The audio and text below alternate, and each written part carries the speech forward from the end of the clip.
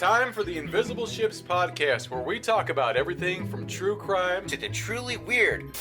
We are back, and we are talking more about the Circleville Letters. And this episode, Danny, this is a big one. It is Yanter Day on the Circleville Letters. You did not just say Yanter. That's right. No, we're going to be interviewing our most famous guest ever, Martin Yant, who was actually on the Unsolved Mysteries episode about the Circleville Letters.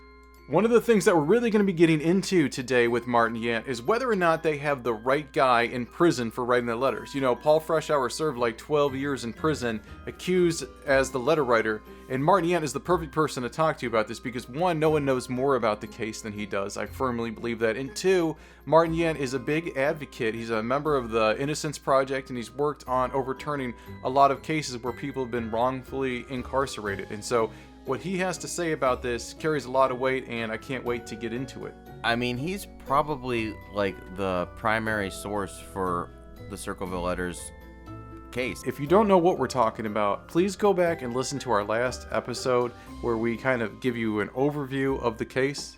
Yeah, we did sort of a concise timeline of the case and the timeline of events in our last episode. It's called Circleville Letters Part 1. You can find that on Apple Podcasts, Spotify, anywhere you go to get your podcast.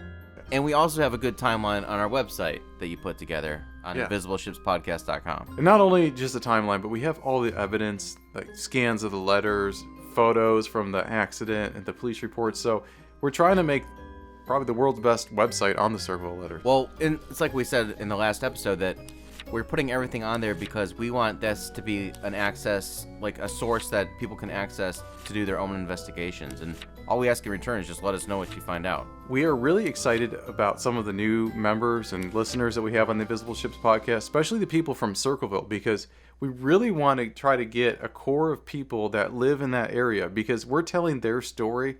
This happened in their community, and their voices are important. And who knows, Dan, like, they may know people that received letters that were the victims of the Circleville letter writer. Yeah, no, Circleville, Columbus, anyone in that area, those were all the locations that were key to this whole event.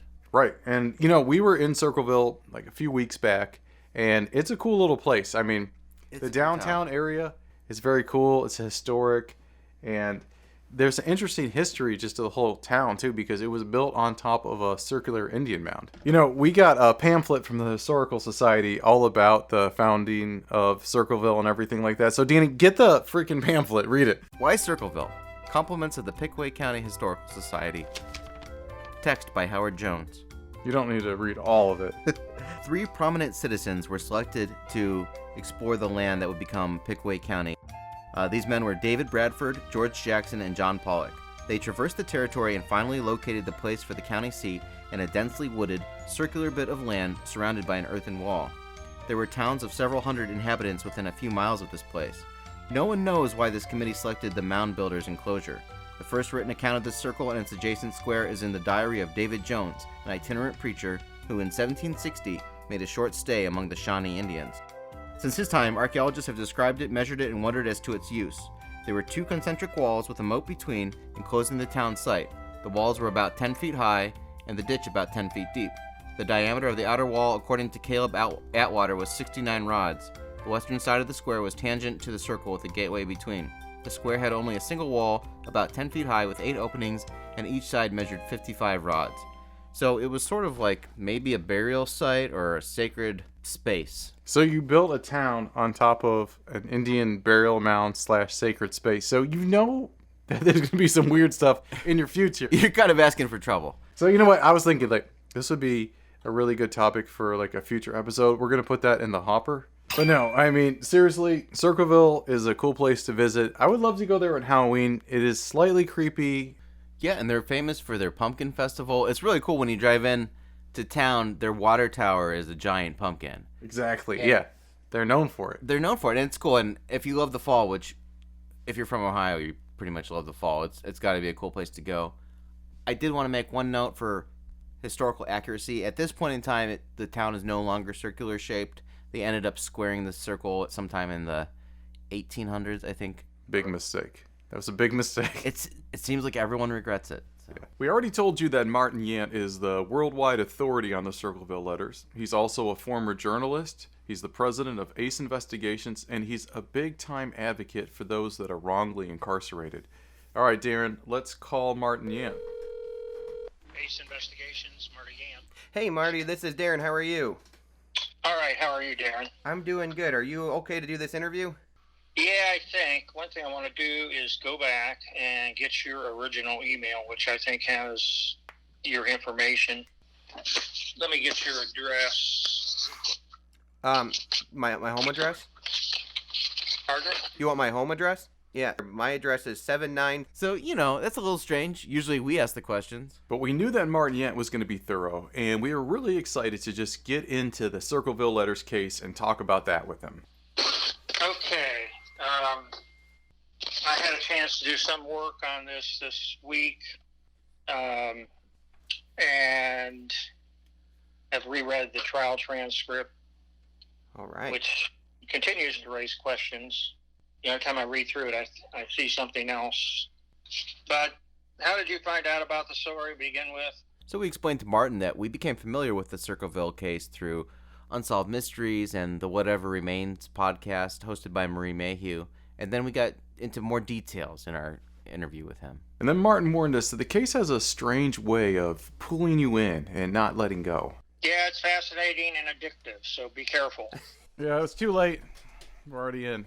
Yeah. But I think I may have told you, Darren, that I had one private investigator apply to me for a job, and when he read my background, he got interested in the Circleville case. Then he called me back a few months later, asked for a job update, and then he started asking me questions about the Circleville Letters because he got interested in them also and had been keeping up on things. So once it bites you, it's hard to get rid of. There's so much to this case. It's kind of hard to sort through it all. We've been working. I've been talking to Marie, and she was able to send us over all the stuff that she pulled. So we've been going through the court case and the accident report and the original letters. So one of the questions that I had was, when you read online, everything says 1976 when it began, but the first letters that I can find are really 77. What is it 77 that it started? That's when apparently it started with Mary. I think she received her first letter in 77. There are references to 76. I've seen that several other places. I have a timeline some researcher put together, and he starts the timeline 1976, beginning of vindictive letters sent to residents of Circleville. Thousands of letters would be sent over the years.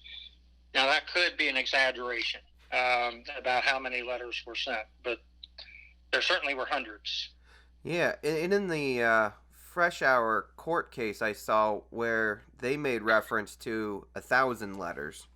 Yeah, that's what I think Sheriff Radcliffe said.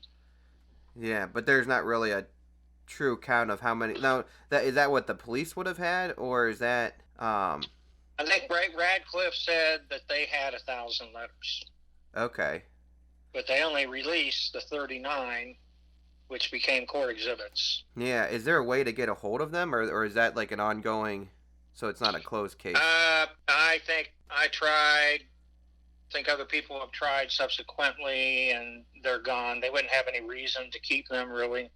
Best as I can tell, they're gone. Okay.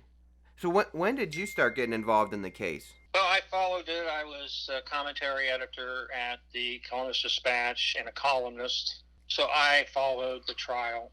And in that period, I was becoming more and more interested in wrongful convictions nationally as well as locally. And we had a couple big wrongful conviction cases here in Columbus in the mid-'80s that I wrote about. And then I was given an advance copy of a very important film, The Thin Blue Line. That was given to me by the mother of the suspect, Randall Dale Adams. And it showed very dramatically how he had been framed for a murder in Texas and sentenced to death. And that was very eye-opening to a lot of people. That got a lot of publicity. I wrote a number of columns and articles about it, and remained friends with Randall Dale Adams after his release for a long time. So that's when I started thinking there might be a book in this. And during this same formative period, a reporter friend by the name of Robin Yoakum had a series of articles called Reasonable Doubt. And he wrote a story about the letter writers and how, even though Paul Freshour has been in prison for several years, that the letters were continuing to be mailed all over Pickaway County and some to surrounding areas. And no one could figure out who was doing it, although the sheriff, of course, insisted that Paul Freshour had done it. I was interested in Sheriff Radcliffe separately because what really got me into the investigative side of journalism was in 1978, as editor of the Mansfield News Journal, I exposed a great deal of corruption in the Richland County Sheriff's Office that ultimately led to the sheriff's conviction, along with 7 of his deputies. And so, back in my mind, I also had an idea about corrupt sheriffs, because everywhere I looked, there was a corrupt sheriff being charged for something. And right during this period, Sheriff Radcliffe, I believe, was president of the National Sheriff's Association and was believed to be the longest serving sheriff in office at that time. It was generational with that family, right? Yeah, it has, until like the last year or two, it has been controlled by the family, except for like 1 4-year break when Dwight Radcliffe's father died after serving something like 30 years. Then Dwight Radcliffe took over 4 years later, and he controlled it for about 30 or more years. And then he gave it up to his son, who continued to have it for, I think, 12 years, and he just pretty amazingly got defeated when he ran for re-election. But they had controlled that office for several decades. And Sheriff Dwight Radcliffe treated it like a little fiefdom. And there are all kinds of signs of corruption and the types of things that I had found in other corrupt sheriffs across the country. And being president of the National Sheriff's Association did not impress me, because right around that period, the president of the National Sheriff's Association committed suicide after federal agents raided his office and found something like $300,000 cash that he had siphoned off fines or something. Wow. So being president of the National Sheriff's Association isn't going to impress me a whole lot.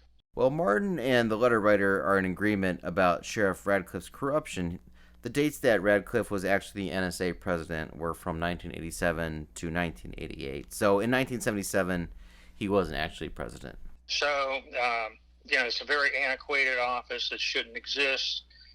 It's a constant source of trouble in government.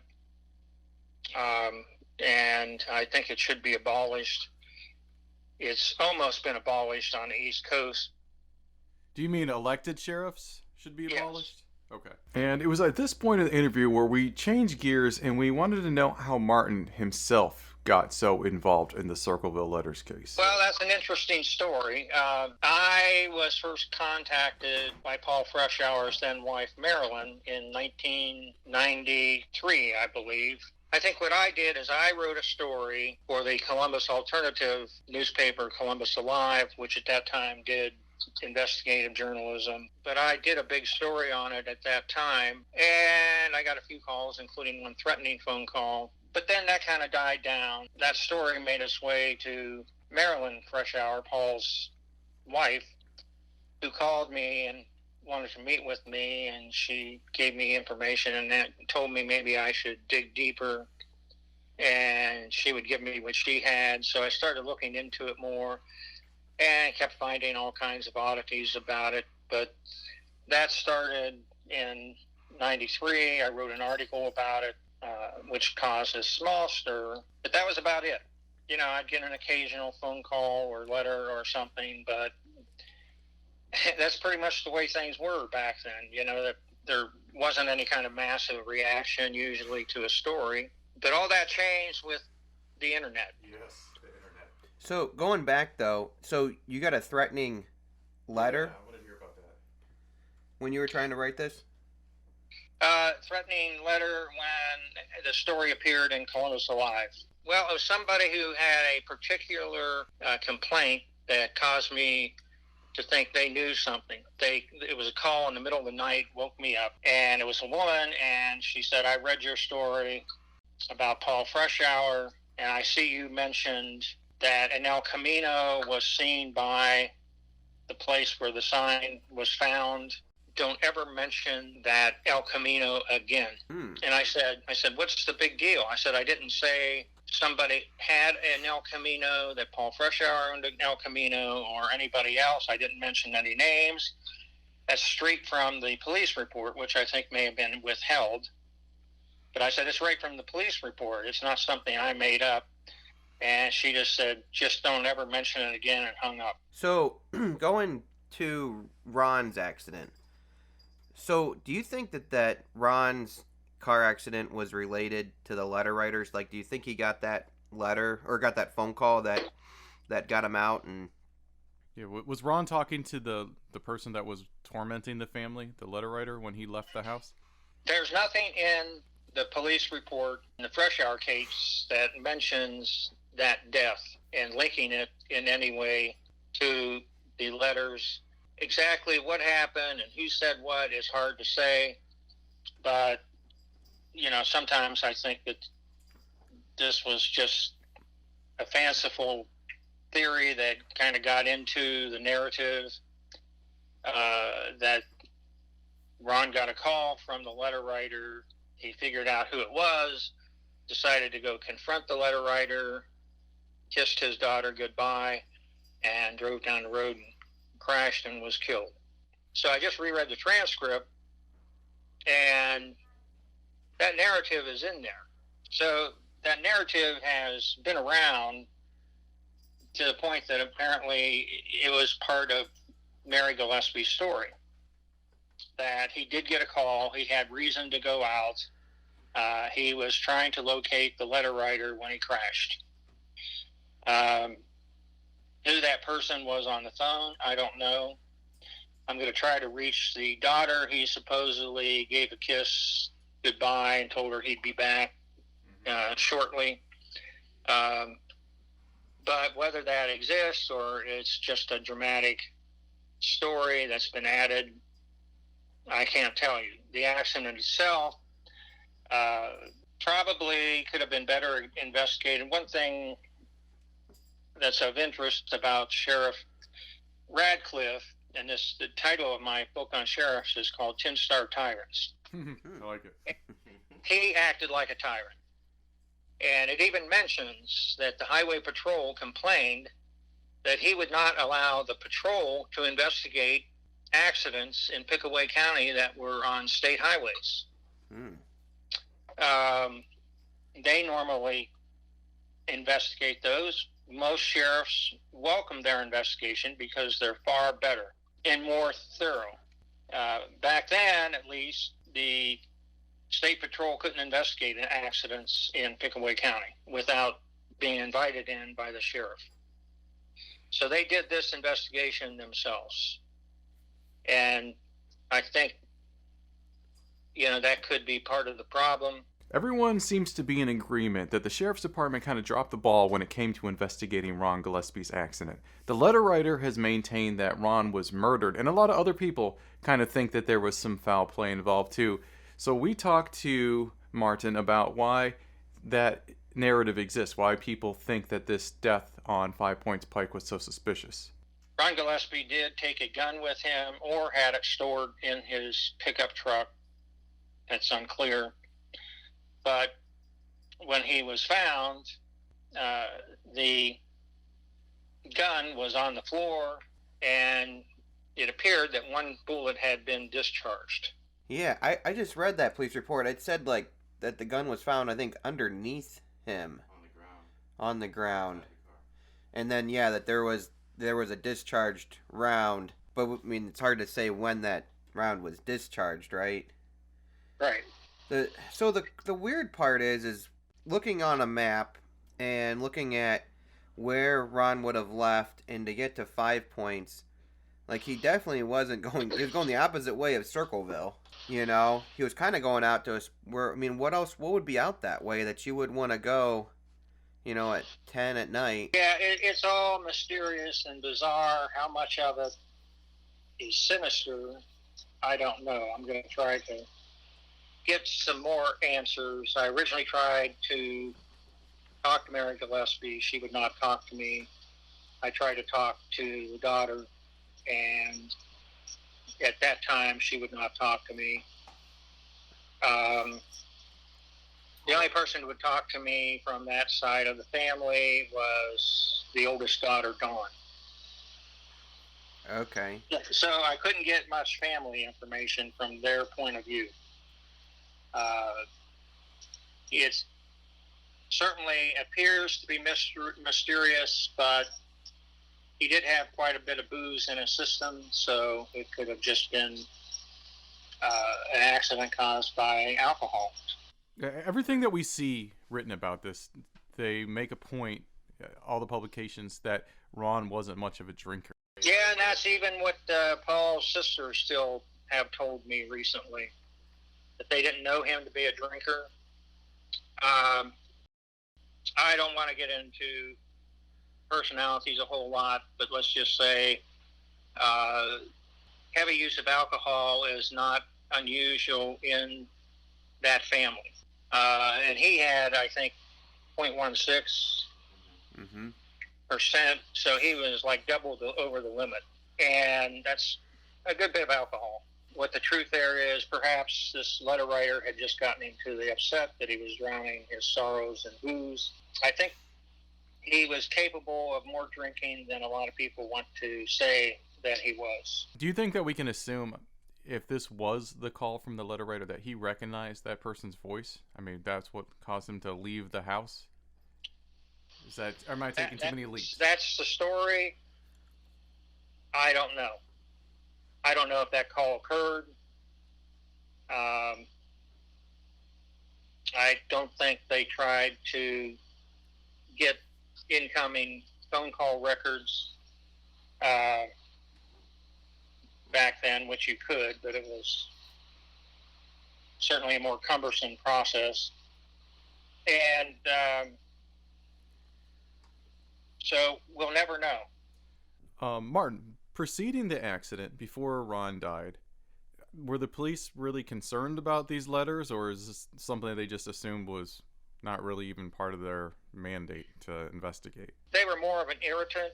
You know, some of them criticized the sheriff, and then at some point, and I can't say exactly before Paul Freshour or after, some of them started having a white powder in them, which in some cases was determined to be arsenic. So somebody was getting pretty serious. Wow. That's so crazy. He really wanted to do damage, not just upset people. I said whoever was sending that wanted to really do damage and hurt people, not just upset people. Yeah, it's all very concerning. If you read them all, or a lot of them at one time, you can't help but conclude that this is a pretty sick person. Very cruel, very crude. Like, at one point it talks a lot about Gordon Massey and Mary Gillespie having to wear clothespins on their noses because of all the poop in their pants. And so juvenile. Talked a lot about poopy pants and bizarre things like that, that it's just really not what you would think an adult would be saying. Even if they wanted to say something cruel, they would come up with something better than poopy pants. Well, you bring me to something that I've been dying to ask you. I've been reading through some of the letters, the ones that are available, and the syntax, the structure of how this person's using language is so off. I got the impression that maybe this person didn't speak English as a first language. I want to know what your take is on that. I don't know. One of the people who contacted me over the years was a graduate assistant to a Georgetown linguist, forensic linguist.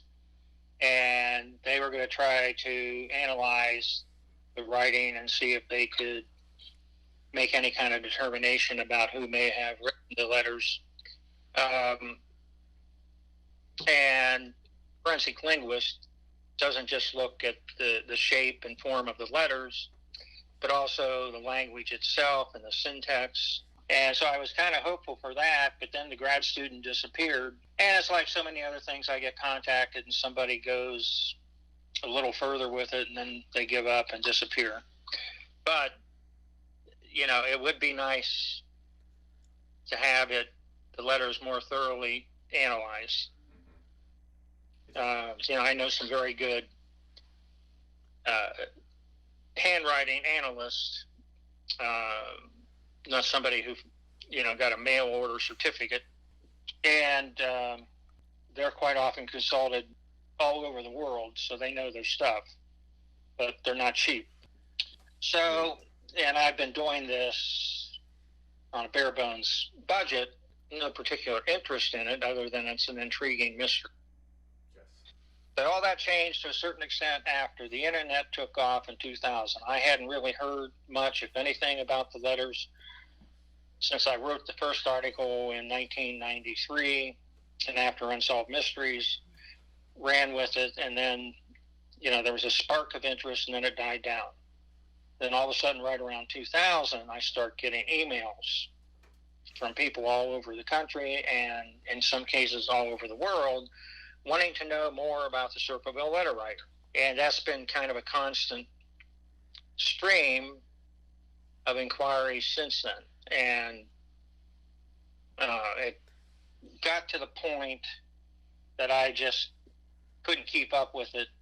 I have much more important cases to work on, death penalty cases down, from death penalty cases down. And, but every time I try to put it aside or turn down a podcast interview, it kind of bounces back. Yeah. And so it's been with me for almost 30 years. But the handwriting is very interesting. The syntax is interesting. Some of this could have been deliberate.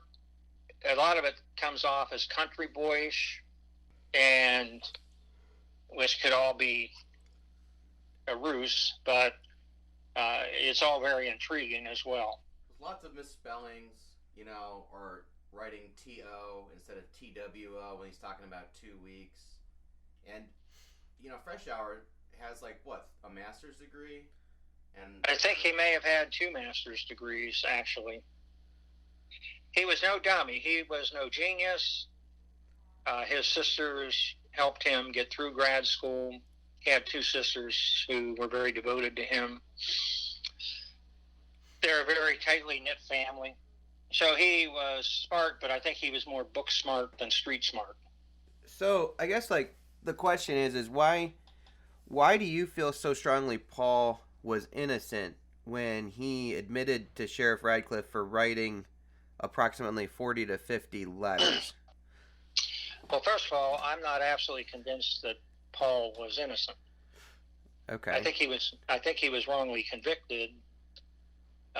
He really got railroaded in trial. The judge was very unfair. There were some bizarre occurrences that I'm going to have to check with some defense attorneys about, but some things that were allowed in that I kind of think probably shouldn't have been.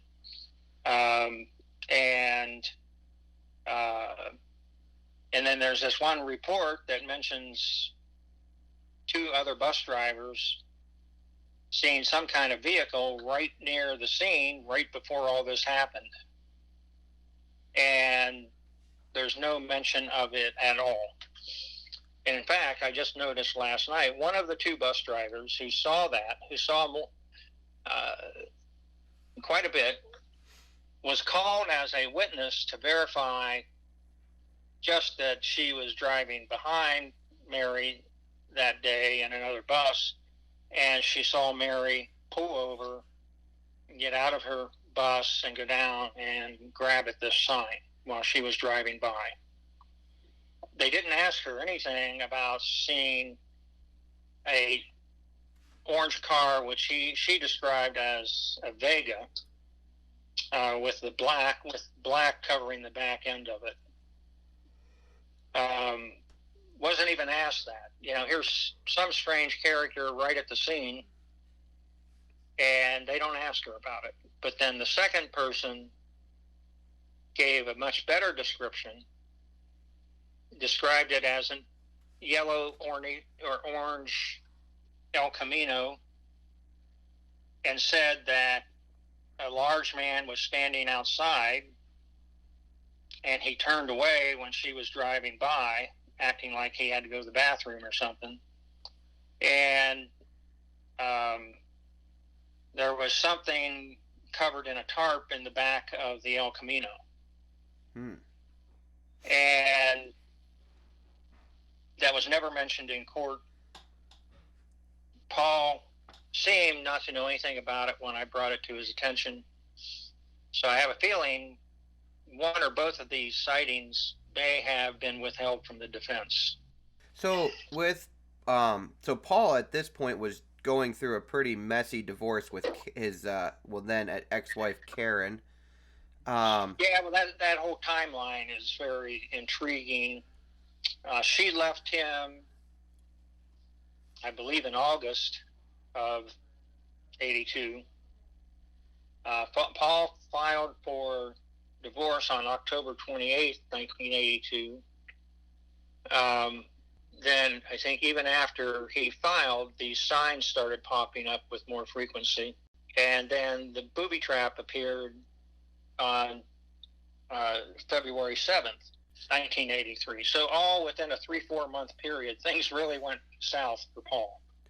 Right. And then, so Paul's, the gun that he purchased from his coworker was in the box. But my question is where was Paul living in reference to Karen? So they were separate. Paul had his own house, or did he maintain the house in the divorce? He was in the marital property, and he got the marital property in the divorce. He did very well in the divorce. That all changed, of course, after he got convicted. He got the house. He got custody of the kids. And so Sue lost pretty significantly. Coincidentally, everything escalates. Right. Yeah. So the signs escalate, and then this attempt on. So by the end, Sue had the Holiday Hills property, had custody of the children, of course, and I think had gotten a good portion of his pension. So there's a lot of motive, huh? You could say that. So I guess the question, reading through the court documents, the box matched Anheuser-Busch's box, and his gun was purchased, so from a, so I mean everything kind of resembles that. The chalk. And then the chalk. I mean everything kind of resembles where it all kind of came from something, stuff pulled from that house. Is that what you kind of were coming to a conclusion with? Somebody if Paul didn't do it, somebody accessed that house to get the stuff to put it together? Correct. Interesting. There were still interactions. And if you look, first of all, Paul said he never admitted to the sheriff that he wrote letters. And there's no recordings of these interviews. But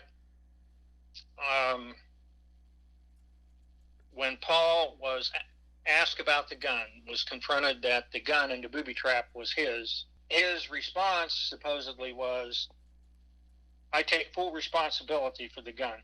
Very odd reaction. He even tells you who he bought it from. It wasn't, it's my gun, I did this, you got me. It was, I take full responsibility for the gun. And he made a similar remark later that he did not want to talk about the gun. Now, according to several witnesses, one of whom I got a statement from 10 years later. The reason he didn't want to talk about the gun is he suspected that his son Mark had stolen it. I read something about that he was trying to protect like his child, possibly. Right. And he told this one neighbor, he said, I don't want to drag him into this. But he would have stole it, so if we go down that road, he would have stole it for Karen Sue, right? That would be the theory. That would, yeah. And I do have one witness who we're hoping to interview soon, who's been very ill with the flu, but not the coronavirus. The other flu apparently can really knock you for a loop too. Absolutely. But she was very close to the family, and she said Mark told her that he stole the gun. Wow. And so she said she told Mark, and Mark said, just let it go. Interesting. That's a big deal. That's kind of new. So that, that it kind of could explain the gun. And that would change everything, Martin, because that would mean that the motive for the sign was to change the outcome of a divorce, and it had really nothing to do with Mary Gillespie at all, other than the fact that they needed to use her to frame Paul Freshour, right? Right. Well, what this person believes, and again, she's very close to the whole family, was that when Sue left the marital property, she moved into a trailer home on Mary Gillespie's property. Right. So there was more interaction there. Oddly enough, Mary Gillespie had just kicked out Karen Sue's parents. That's what I saw, yeah. But then she allowed Karen Sue to move in, and supposedly, somehow, according to this person, this is not me, got convinced Mary that Paul was the letter writer, and devised a scheme to expose him, the booby trap. Interesting. So I'm not saying that's true, but right. If you look at it, that's all plausible. It does. It makes really good sense. So with that, then that means that Mary, because it's so weird, like you pulled this box down with string attached to it, and she didn't really think of anything. She just put it on her bus, then went and picked up elementary children. Think about doing that today, but, and then at the end decides to then just look into it and then finds this gun. It doesn't even think it's the gun, and then just conveniently brings it down to the, the sheriff's office, right? Her actions were somewhat obvious, curious, but this again, I find this quite often when I'm reading old case files or novels or something. My first reaction is, get out your cell phone and make a call. There were no cell phones in 1982, or there may have been some experimental ones, but there were no commercial cell phones. And so, and she was out in the country, although she could have gone just to a neighbor's house and said, please call the police. She also had her CB on her bus, right? So couldn't she have called from the CB? That's a good point. She was already running late, and maybe she just felt pressed that she had to go on. As the other driver said, it was 3 o'clock because she remembered looking at her clock because they were supposed to be at the other school at 3 o'clock to pick up the kids. So they were a few minutes late. Do we know what the sign said that got her to go to the booby trap? Yeah, it accused her daughter Tracy of sucking Massey's Peter. Wow. Was the word used, which is not in common vernacular anymore. Real quick, Freshour's defense attorney claimed that there was no fingerprints found on that gun whatsoever. Do you know anything about that? I think that's true. That's not uncommon. People think that if a gun's been used, they're going to be able to get fingerprints off the gun and identify the person. Quite often, there are no fingerprints found on a gun. For one part, For one thing, a good part of them are ridged. The handle usually is ridged, and there's only a few small places where you could leave a good fingerprint. Interesting. So that's not uncommon. So Gordon Massey, so he is like, so everybody goes with Mary as being, and she was involved a lot, but everything points back to like Gordon Massey being this terrible superintendent in a way, sleeping around with tons of women. What do you know about? But the thing is, the original letters seem to be very angry at Gordon Massey, not Mary Gillespie. Yeah. They just show some real anger toward Massey. And then slowly they turn to focus on Mary as the weak link to maybe stop the affair by stopping her. So she was targeted as a weak link.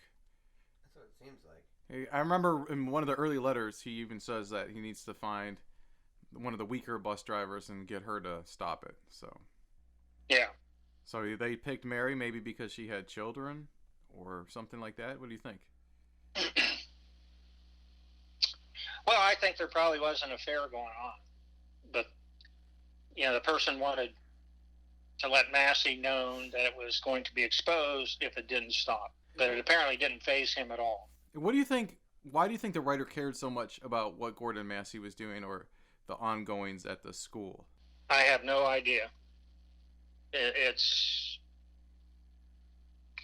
part of the mystery. Why? Why so angry?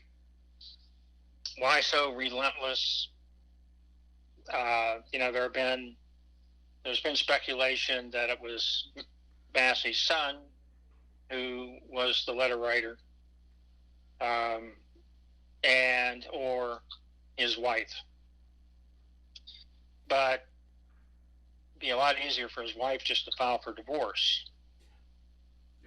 You would think, or I mean, like, they even like the return address on several of those letters are right to Gordon Massey's home. I think that's just a ploy, though. But I mean, if you were living there, you wouldn't think you'd put it, right? Right. So that's one of the mysteries. But initially, the letters were pretty angry at Gordon Massey more than Mary. Mm-hmm. Mary was more of a victim who had been pressured into an affair. But then the tone changed more and more toward Mary, perhaps because she was taking no steps to end the affair, apparently. And but then it just started focusing more and more and got more threatening, and Massey ended up being the footnote more than Mary. Hey guys, that's it for this show, but we got much more coming up about the Circleville Letters, more exciting interviews with Michael Preeley, Marie Mayhew. We even have more from Martin Yant, and we will be bringing that to you. And then we also found our own people down in Circleville that had experiences with the letter writer, and we're going to be giving you their story too. So make sure that you're a subscriber to the show. If you're not already, subscribe anywhere where you get your podcasts. Follow us on Twitter, go to our Facebook. We love interacting with you guys and want to hear your tips and your theories. Also, just a general call, if any of you guys are listening are forensic linguists, we want you to look at these letters, or if you have a background in handwriting analysis too, go to our webpage, www.invisibleShipsPodcast.com. Got all the letters, the handwriting samples, everything. I want you guys to look at these and give us your theories, your feedback.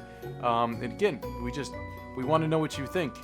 No part of this show may be reproduced anywhere without permission. Copyright Invisible Ships Productions, LLC. As my nephew Parker says, until next time, shipmates.